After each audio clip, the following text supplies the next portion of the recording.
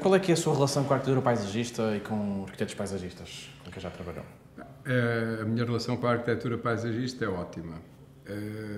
A minha maior dificuldade às vezes conto até uma história, quase uma espécie de anedota que já tem sido repetida por colegas meus, que é imaginarmos uma quinta em que entramos e estamos nos domínios da arquitetura paisagista, aproximamos-nos da casa, chegamos à soleira da porta e passamos para os domínios da arquitetura de interiores.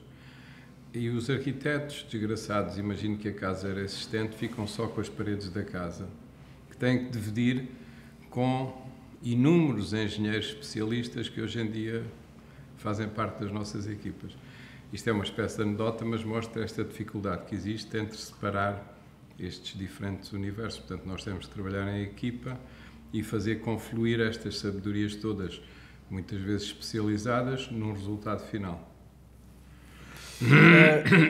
Normalmente, quando inicia uma obra e é uma obra com um arquiteto paisagista, qual é a sua metodologia de trabalho? Como é que trabalha com arquitetos paisagistas? Eu normalmente trabalho sempre com arquitetos paisagistas, a não ser que seja uma situação em que é mesmo quase impossível imaginar a reflexão de um arquiteto paisagista sobre um determinado problema, e isso raramente acontece.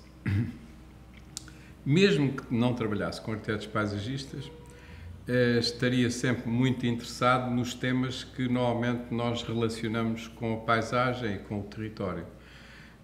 Sempre tenho pensado que quer as cidades, quer os edifícios, mesmo isolados, são uma espécie de momento de cristalização ou de crispação, no mau sentido, se for no mau sentido, daquilo que nós entendemos por paisagem ou território num certo ponto.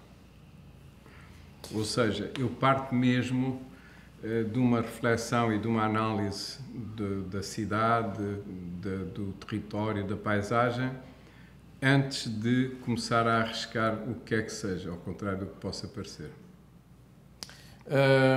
Nos projetos que eu me estou a lembrar que trabalhou com arquitetos paisagistas, estou-me a lembrar do Terminal dos Cruzeiros, no Palácio de Belém e na área do Castelo de São Jorge com o João Gomes da Silva.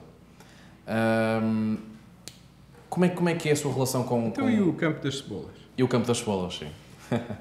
Mas como é que é a sua relação com o João e o Vítor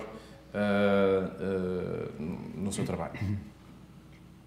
Eu gosto imenso de discutir arquitetura e se tivesse aqui alguém a querer entrar comigo, diria sobretudo a minha. Mas nem isso é verdade, eu gosto mesmo de discutir arquitetura, passo imenso tempo a discutir, a trocar ideias, a debater e tenho sempre pensado que essas reuniões e os debates com os arquitetos paisagistas são fundamentais para os projetos. E penso, desde que conheci o Gonçalo Ribeteles, o João Gomes da Silva, o Vítor Beira-Mar Diniz, o João Nunes, tenho aprendido imenso com os arquitetos paisagistas. Há uns anos, numa mesa redonda, quando perguntavam aos presentes qual era a originalidade da arquitetura portuguesa, o que é que eu poderia identificar, e eu arrisquei dizer que provavelmente uma das coisas era tudo o que tínhamos aprendido com os arquitetos paisagistas, dois dos quais estavam sentados à mesa e presentes nessa mesa redonda. E tenho essa convicção que não só eu, mas todos os arquitetos aprendemos imenso com os arquitetos paisagistas. Os arquitetos paisagistas tendencialmente têm uma cultura mais aberta e mais abrangente e mais atenta a muitos temas diversificados do que a maior parte dos arquitetos, que estão muitas vezes mais condicionados pelo enquadramento profissional da sua atividade, que os torna especialistas em certas coisas. Pegando naquilo que disse, qual é o princípio do trabalho ou o ponto de vista de um arquiteto paisagista num processo de trabalho seu que mais me ficou na memória? O que mais me ficou na memória, tenho que ir abrir o file da memória nesse sentido. Mas agora de repente podia-me ter preparado para essa pergunta e eu pensava um bocadinho o que mais me ficou na memória. Mas tive reuniões com coisas muito reveladoras, assim, de repente não me estou a lembrar de nada. Lembro-me, por exemplo, de uma explicação extraordinária do professor Caldeira Cabral, no ateliê dele, na Avenida Liberdade, se não estou em erro, há muitos anos, sobre a paisagem em Porto Alegre. Eu estava a fazer o plano geral de urbanização de Porto Alegre e a síntese que ele fez, a explicação que fez em relação ao rebordo da meseta ibérica e à maneira como a exploração agrícola se desenvolvia, o caráter de cada um dos tipos de propriedades e o coberto vegetal, gostei imenso. Repare, eu estou sempre à procura de uma espécie de globalidade que tem a ver com o que já existe, os valores do que já existe num determinado ponto, podemos dizer, da Terra, e depois tentar compreender, de vários pontos de vista, o que é que caracteriza aquela situação. Partindo do princípio que, em qualquer ponto do planeta, nós temos situações completamente extraordinárias, intensíssimas e muito interessantes. E, portanto, eu diria, já tenho referido várias vezes, que o nosso papel é o de tentarmos revelar a intensidade dessas situações entre o natural e o arquitetónico. E, como se pode imaginar, nesta demarche, o papel e o apoio dos arquitetos paisagistas é fundamental. Nos seus últimos projetos, tem havido uma maior preocupação com as questões ecológicas? Não sei porque é que está a dizer isso. Porque explicar, talvez. Li agora uma entrevista que havia preocupações a ver com sustentabilidade e com o uso de materiais. Sim. Não, mas eu, em linha geral, sempre tive, desde há muitos anos, bastantes preocupações em relação a isso. Eu lembro, por exemplo, que o primeiro edifício de uma certa dimensão que construí, que foi o Centro Regional de Segurança Social em Porto Alegre, acho que bem nos anos 80 ou coisa assim. Já nessa altura eu tinha discussões com o engenheiro de climatização porque gostava, para começar, que o edifício pudesse não ter ar-condicionado e que se tivesse, fosse de uma certa maneira e que fosse possível, em qualquer dos casos, usá-lo o menos possível, e tinha dificuldade em compreender que não chegássemos a uma solução em que a climatização pudesse ser dispensada. Isso já foi há imensos anos e depois fiquei muito entusiasmado, por exemplo, quando, a propósito de um concurso para a Parque Expo, para o pavilhão que hoje é a Altice Arena, estive em contacto com a ARUP, que já tinha vindo contactar-me antes disso, porque sabia que íamos avançar com a Expo. E gostei imenso de falar com eles nessa altura e com a perspectiva de conseguir gerir todas essas questões de uma forma mais eficaz. Mesmo, por exemplo, em relação a também um dos meus edifícios iniciais, que é a Escola de Comunicação, apesar de eu estar, não tinha este tipo de apoios que depois vim a conhecer de outro tipo de especialistas, até com formação mais anglo-saxónica, mas já nessa altura consegui condições globais, não estou a dizer que sejam de grande, digamos, performance ecológica ou o que é que seja, mas bastante razoáveis, que ainda hoje se podem visitar e continuam a funcionar com um mínimo de consumo de energia. Só o auditório é que tem climatização, os outros espaços têm aquecimento, que não é muito utilizado. Conseguimos, do ponto de vista acústico, um isolamento bastante bom em relação ao ruído da segunda circular. Essas preocupações, que agora se podem chamar o ecologistas ou sustentabilidade, acho que são genéricas e talvez em certos períodos da história da arquitetura se tenham esquecido de uma forma um bocado estúpida. Falou da Expo 98 e a Expo 98 foi um projeto que envolveu muitos arquitetos paisagistas, muitos arquitetos, uma equipa grande. E marcou um ponto de viragem. Acha,